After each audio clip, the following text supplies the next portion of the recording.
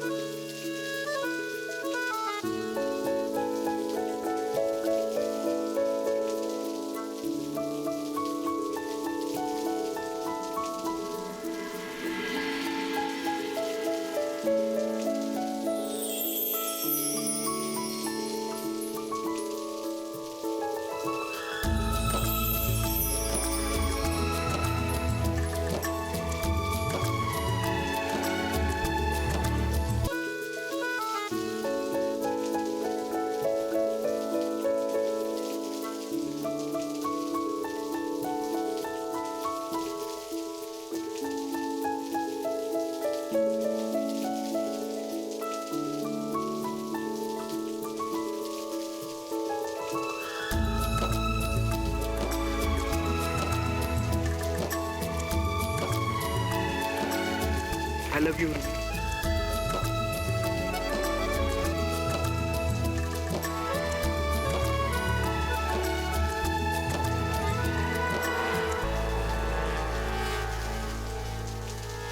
पावसात भिजताय?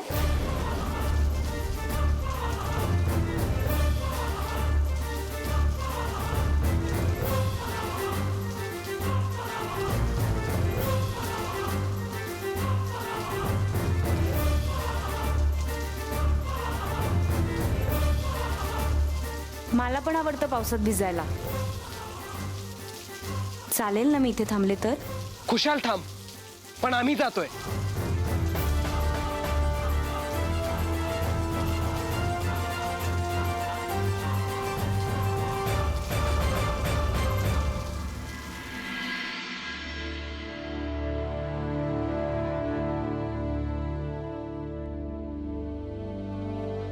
काय ग केलंस का गुळण्या? अगं मी म्हंटल गुळण्या करून आलीस का? अगं बाई, अगं भिजलीस कशी एवढी तू? हा, गुळण्या करत होतीस ना मग? ते मी अंगणात गेले. अरे देवा, आधीच आवाज बसलाय आणि त्यात एवढी भिजलीस. ग आजारी बिजारी पडलीस म्हणजे मग? चल आधी आधी कपडे बदल आणि डोकं पुस. हा चल चल चल चल चल ये ये ये. जीव घ्यावासा वाटत होता मला. माझा होणारा नवरा तिने पळवला, माझं सौभाग्य हिरावून घेतलं तिने. खरं तर ते माझं सुख आणि तिच्या चेहऱ्यावरचं समाधान बघून राग येत होता मला. असं वाटत होतं सरळ जावं आणि तिच्या डोक्यात दगड घालावा आणि जीव घ्यावा तिचा. आज यांच्या बरोबर भिजण्याचा मान माझा असता ना ग. माझ्या इच्छा आहेत या सगळ्या. असं वाटत होतं पावसात जावं आणि हात त्यांचा हातात घ्यावा आणि भिजत राहावं, लांब चालत जावं. पण हे सगळं मात्र तिला मिळतंय आणि मला फक्त त्रास होतोय. अगं काय करू मी? माझ्या मनाला आग लागते. सांग ना काय करू? शांत हो नंदे. ते दोघं भर पावसात मिठीत होते. असा त्रास करून घेऊन काय होणार आहे नंदे? त्यांना जगाचं काही भान नव्हतं. ते दोघं सगळं विसरले होते. नंदे, मी काय म्हणते ऐकतेस का माझं तू? हे सगळं माझं आहे ना ग आत्या. लहानपणापासून देवाकडे मी हेच मागितलंय आणि माझ्या तोंडचा घास मात्र देवाने तिला दिला. आणि तिचं सुख बघायला जिवंत ठेवलंय का मला आता? मला नाही सहन होते हे सगळं. मी काय करू सांग ना मला. अगं काय करू त्या उर्मीचं? कधी आणि कशी जाणार आहे ती या घरातून? नंदे, सगळं तुझ्या मनासारखं होईल. तू शांत हो बघू आधी. अगं तेच नाही जमत ना मला. तिला आणि त्यांना एकत्र पाहणं यासारखा दुसरा नरक नाही माझ्यासाठी. नंदे, रडू नको बाळ.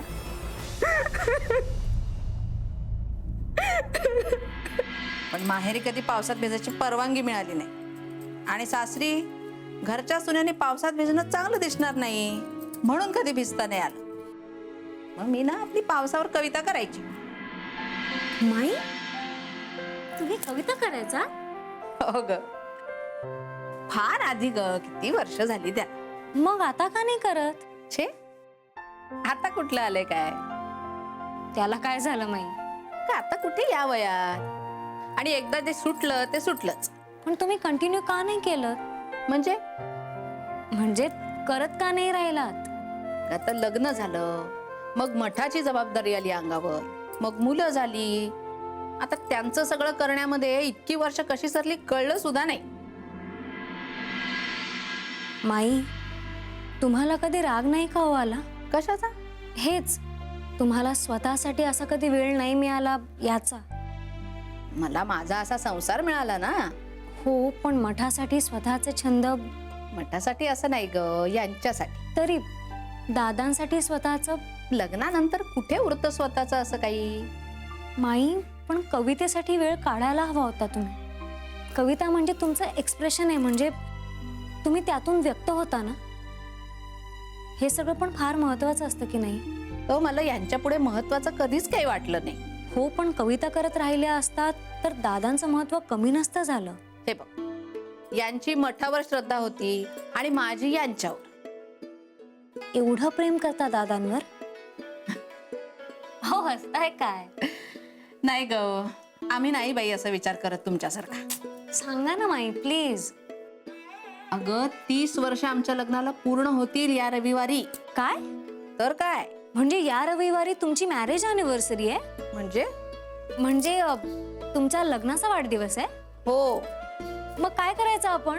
अगं काय करायचं त्यात? म्हणजे हे महाआरती करतात, घरात गोडधोड होतच, आणि रात्री भजनी मंडळ येतं, झालं. तसं नाही हो, साजरा करूयात ना आपण लग्नाचा वाढदिवस. म्हणजे काय करायचं? म्हणजे आपण ठरवूयात काहीतरी छान असा कार्यक्रम करूया. अगो बाई, यांना विचारायला पाहिजे बाई. मग विचारा ना तुम्ही दादांना. बर, बघू. तू झोप आता. कोरडं झालं ना डोकं? हं, झोप आता, चल.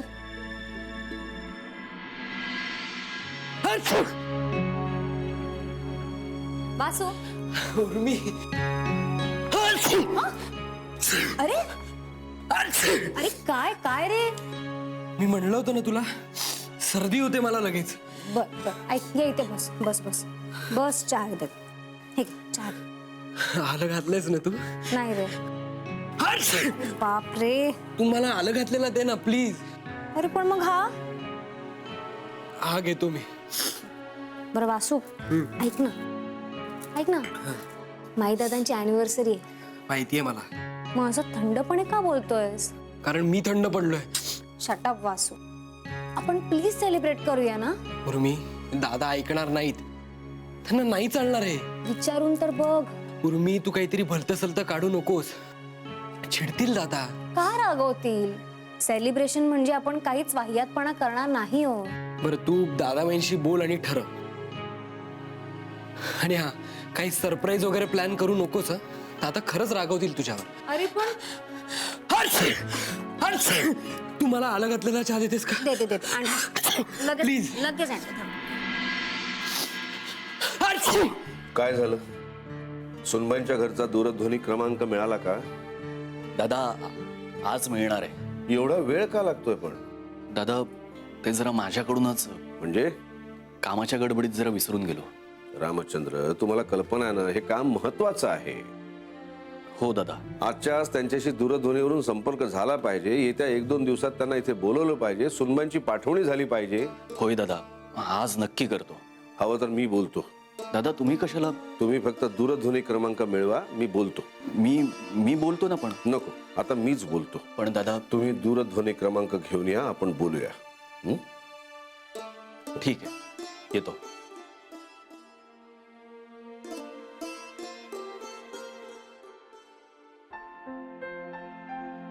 वा, छानच झालाय हो चहा. माई, करूया ना ग आपण लग्नाचा वाढदिवस साजरा.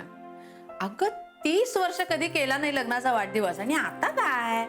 माई, एखादी गोष्ट कधीच केली नाही म्हणून ती आत्ताही करायची नाही असं कुठे आहे? तसंच असतं ग. आणि मुळात सवयच नाहीये आम्हाला. आता मला तरी कुठे होती सवय पूजा अर्चा करायची, पण मी आता करते की नाही? यांना नाही आवडायचं बहुधा. तू सांगितलं की ऐकतील ते. अगं आम्ही काही लहान आहोत का? माई, आपण लग्नाचा वाढदिवस कधीच साजरा करत नाही. हो ना माई, आणि तुमचा वाढदिवस साजरा होत नाही म्हणून आम्हालाही करता येत नाही. हो ग, म्हणजे मला कळतंय तुम्हाला हाऊस माऊस करायची आहे, पण माई, हाऊस माऊस म्हणजे काय हो? सगळ्यांनी एकत्र यायचं, ओवाळायचं, गाणी वगैरे म्हणायची. एकत्र कुटुंब आहे तर मग एकत्र मजा का नाही करायची? आणि वाढदिवस म्हणजे निमित्त असतं ना, एकमेकांसोबत वेळ घालवण्याचा. हो, पण सणावाराला असतोच की आपण एकत्र. पण माई तेव्हा नैवेद्य, सोहळं ओवळं ह्या सगळ्याचं केवढं दडपण असतं. हो, आणि सणावाराला तुम्हाला कुठे एन्जॉय करता येतं? हो ना. माई, करूया ना आपण, एवढं काय. बघू बाई, बोलते मी यांच्याशी. आता लगेच बोल. हो माई, तुम्ही आता लगेच बोला, म्हणजे कसं तयारीला लागायला बरं. हो हो, बोलते. उर्मी, हा, तू आज जरा भाजी आणशील का ग? हो, जाईन की. आणि मी स्वयंपाकाचं बघते. आणि मी कपडे घातलेत भिजायला, आता धुवायला घेते. माई, आणि तू उठ आता, चल जा. अगं पण इथे स्वयंपाक पाणी. आम्ही बघतो आता माई, जा तू. बरं बाई, जाते. बरं, मी पटकन वासूला सांगून येते. हा, हा.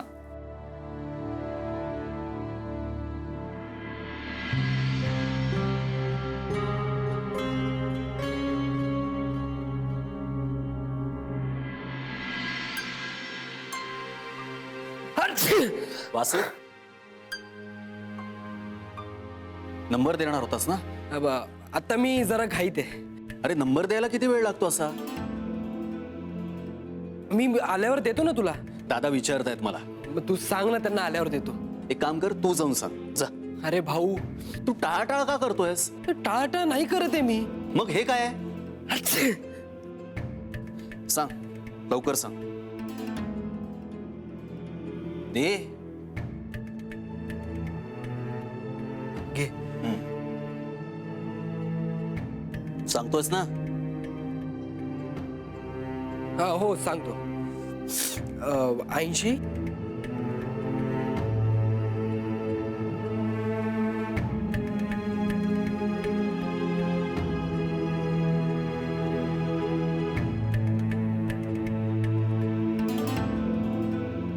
हो हो, बरोबर बरोबर. बघ किती वेळ लागला. चल येतो. कुठं चाललास? मी उर्मीला बाय म्हणायला चाललोय. उशीर होतोय ना तुला? अरे पण निरोप तर घ्यायला पाहिजे ना. जातो, मी देतो तुझा निरोप. आणि वैद्यभुवांकडे पण जाऊन ये. हो. छे छे छे, आतरटपणा आहे सगळा. हो, पण पोरी म्हणतायत तर काय हरकत आहे? अहो, गावातल्या गणपतीला जातोच की आपण. मठात महाआरती करतो, भजनी मंडळाचा कार्यक्रम होतो, एवढं पुरे झालं की. मला तर बाई पोरींचं मन मोडवत नाहीये. आपल्या घरात असले कार्यक्रम करण्याची प्रथा नाही. माहितीये प्रथा नाहीये, पण पोरींना हाऊस माऊस करावीशी वाटते. सगळीकडे बघतात ना, त्यांना वाटतं आपल्याकडे का नाही. पण मठात कार्यक्रम असतातच की. त्यात पोरींना गोडी असेलच असं नाही. असायला हवी. हो, पण आपण पोरींच्या म्हणण्याचा जरा मान ठेवला तर दोन गोष्टी आपोआपच होतील. आणि उर्मी काय म्हणते माहितीये? साजरं करणं म्हणजे काय असतं? एकत्र जमणं असतं, एक चांगलं निमित्त असतं एकमेकांबरोबर वेळ घालवायचं. तर काय हरकत आहे? पण मठात हे सगळं करतोच की आपण. तेव्हा कसली हो मजा? म्हणजे पाहुण्यांची सरबराई करण्यातच सगळा वेळ जातो. आणि मठाचा कार्यक्रम म्हणजे काय कामं कमी असतात का? पण आपल्या पोरी निमूटपणानं काहीही तक्रार न करता सगळं करतात की नाही. आपणही थोडं त्यांचं ऐकलं तर त्यांना बरं वाटेल ना. हल्लीच्या पोरींना वाटतं हो मजा करावी, वय आहे त्यांचं, काय हरकत आहे? पण काय करायचंय काय त्यांना? फार काही नाही, म्हणजे ओवाळतील, गाणी बिणी म्हणतील. आपण सणावाराला करतो ना तसंच. मी काय करणं अपेक्षित नाहीये ना. म्हणजे चालेल म्हणताय? आता मुलींचं मन दुखवायचं नाही तुम्हीच म्हणताय ना. हो, पण आपल्या लग्नाचा वाढदिवस म्हणजे दोघांना हजर तर राहावंच लागेल. ठीक, करू द्या काय करायचं. मग कळवू सगळ्यांना. नाही पण हे एक बरं झालं, काय सुनबाईंच्या घरच्यांना बोलवायला चांगलं निमित्त मिळालं. म्हणजे? अहो 1-2 दिवसात त्यांना बोलवण्याचं चाललंच होतं ना, आणायचं कारण मिळालं. हो बाई, हे माझ्या लक्षातच नाही आलं. आता रामचंद्र दूरध्वनी क्रमांक घेऊन येतील. सांगतो त्यांना, कसंही करून 17 तारखेला या. आणायचं रविवार पण आहे. बघा, म्हणजे सगळंच साधलं यात. कार्यक्रमापरी कार्यक्रम होईल आणि यांच्या लग्नाची नीट बसून बोलणी करता येते. दुग्ध शर्करा योग म्हणायचा आपल्या लग्नाच्या वाढदिवशी. काय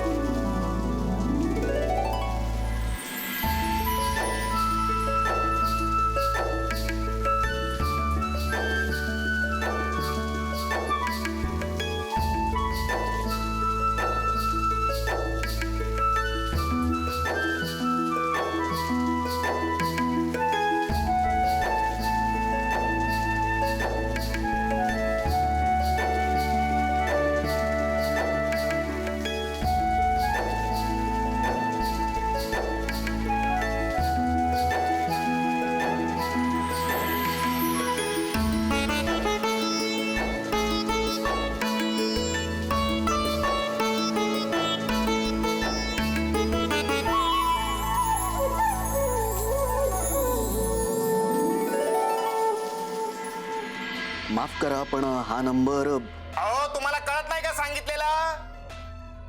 रॉंग नंबर आहे. मी विद्याधर कुलकर्णी नाही. मगाचपासून 4 वेळा सांगितले तुम्हाला. मराठी कळत नसेल तर इंग्रजीमध्ये सांगू का? रॉंग नंबर आहे, रॉंग नंबर आहे, रॉंग नंबर आहे. आता परत करू नका फोन मला. वासून मुद्दाम चुकीचा नंबर दिलेला दिसतोय. काय करावं आता? काय झालं? हं? नाही, काहीतरी गडबड झालेली दिसते. म्हणजे चुकीच्या माणसाला दूरध्वनी लागतोय. बरोबर घेतला होतास का क्रमांक? हो ग माई. आता काय करायचं? तुमच्या बंधुराजांना विचारा परत दूरध्वनी करून. त्यापेक्षा उर्मिलाच विचारतो ना. ती भाजी आणायला गेलीये. थांबा त्या येईपर्यंत. त्यांची वाट पाहून पण क्रमांक मिळेल असं काही वाटत नाही. म्हणजे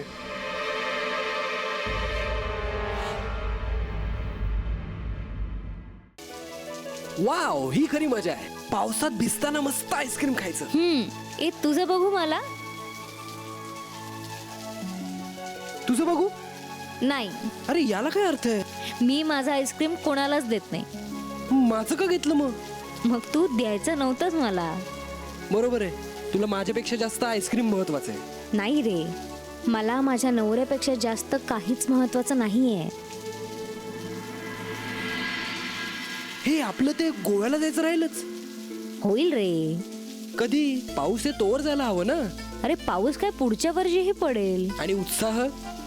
आपण एकमेकांसोबत असलो की उत्साह असतोच की. तू माई दादांना बघ ना, त्यांच्या लग्नाला 30 वर्ष झाली अरे, पण ते अजूनही एकमेकांसोबत किती छान आहेत.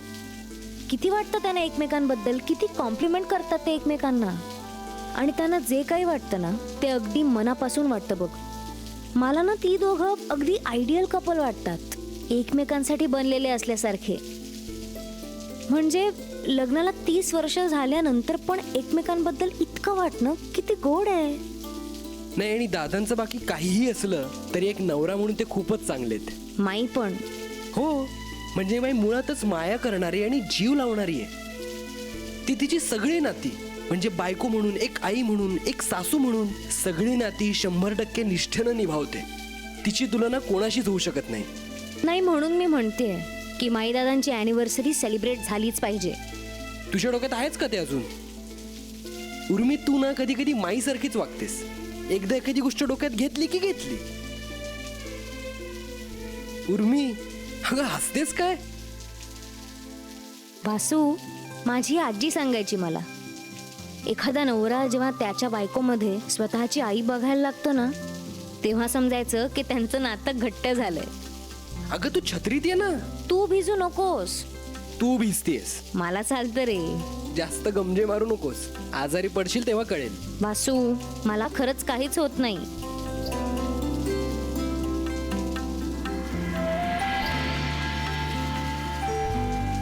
बरं मला सांग, तू इथे काय करतोयस? बायकोची सेवा.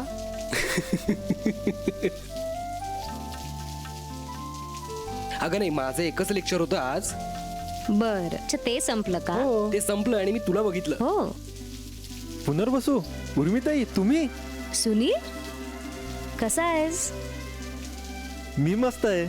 आत्ताच रामचंद्र दादांचा फोन आला होता. भाऊचा? हो, उर्मिताईंच्या बाबांचा नंबर हवा होता त्याला.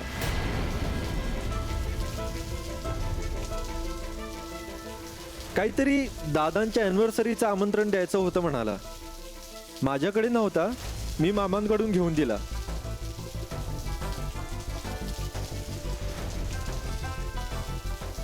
निघू मी, शाळेला उशीर होतोय.